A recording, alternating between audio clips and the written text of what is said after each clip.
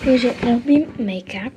Ešte dávno, čo ste mi písali komenty, že aký si robíte make-up. Vtedy som mala asi iný kanál, asi nie tento, ale ten som už dávno zrušila.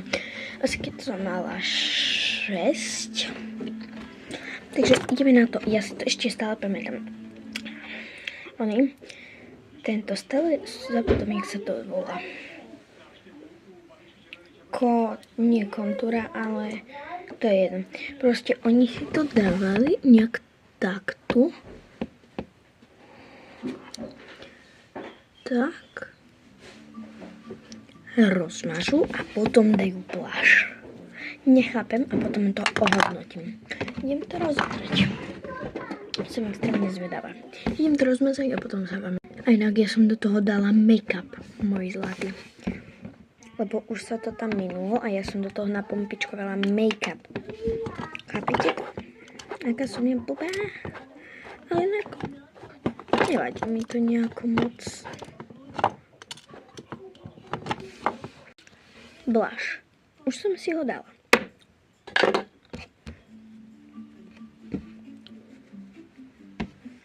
A oni hovorila, že zase si na ten blush dajú túto sračku.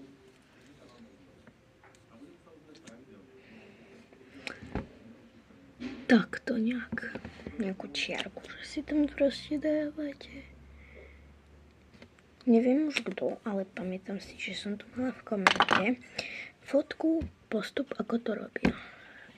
Že to proste niekde našli a odvtedy, že to tak robia. Ale vyzerá to dobre celkom.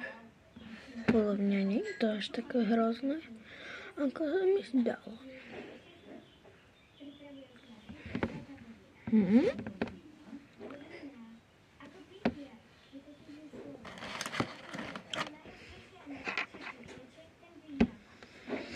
Ale nevyzerá to moc nádejne, že by sa to podarilo. Nejak pekne to vyzerá, ale takže by som z toho išla odpadať, potom, že si dávajú biele ešte na to. Ale toto som si už ja chcela vyskúšať, že to môže byť jak puder. Ja si dám takú hnedu, ako by čo tu mám a zmiešam s bielou. A to bude taký puder. OK. Tak to čučím. Ako sa hovorí, ja čučím. Idem to rozmazať.